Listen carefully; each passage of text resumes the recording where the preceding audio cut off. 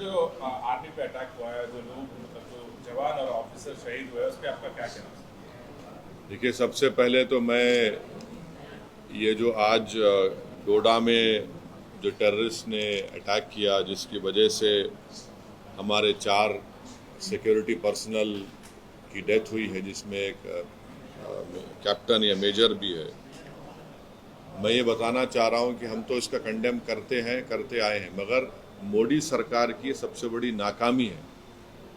देखिए, ये जो डोडा में हुआ है, ये एलओसी से बहुत दूर है।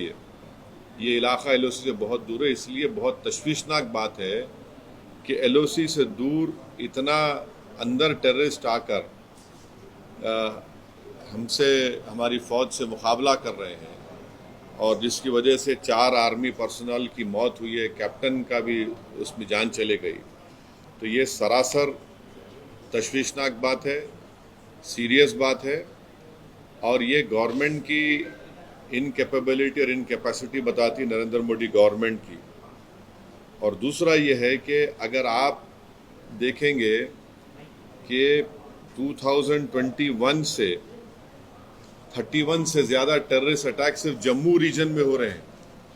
कभी जम्मू में पीक ऑफ मिलिटेंसी में भी इतने बड़े अटैक्स नहीं, और 20 साल से जम्मू पीसफुल है। तो ये रजौरी, पूंछ, कठुआ सेक्टर में तमाम चीज़ें हो रही हैं, और इसमें अब तक 48 के करीब सिक्योरिटी फोर्सेस हमारे मारे गए, 19 सिविलियन है और 48 टेररिस्ट की डेथ हुई है।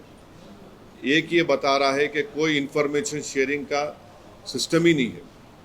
अगर ये गवर्नमेंट, इंडिया के जो एक्स एम्बेसडर पाकिस्तान के अजय बिसारा है, उनकी किताब पढ़ेंगे एंगर मैनेजमेंट, जिसमें उन्होंने लिखा कि अल-कायदा श्रीनगर में एक बहुत बड़ा टेररिस्ट अटैक करना चाह रही थी।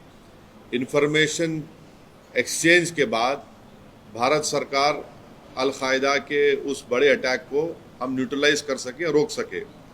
तीसरी बात यह कि लोकल से कोई कांटेक्ट नहीं है, स्पेशली नौजवानों से।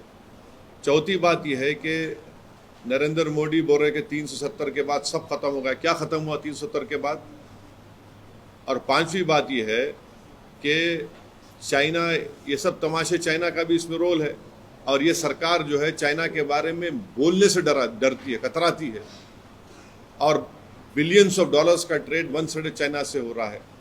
तो हम इसका कंडेम करते हैं, मगर इसकी पूरी जिम्मेदारी नरेंद्र मोदी गवर्नमेंट पे आती है। और पार्लियामेंट इलेक्शन के दौरान जो नरेंद्र मोदी बड़ा बात कर रहे थे, बड़ी बात कर रहे थे, हम घर में घुस के मारे, क्या हो रहा है फिर ये?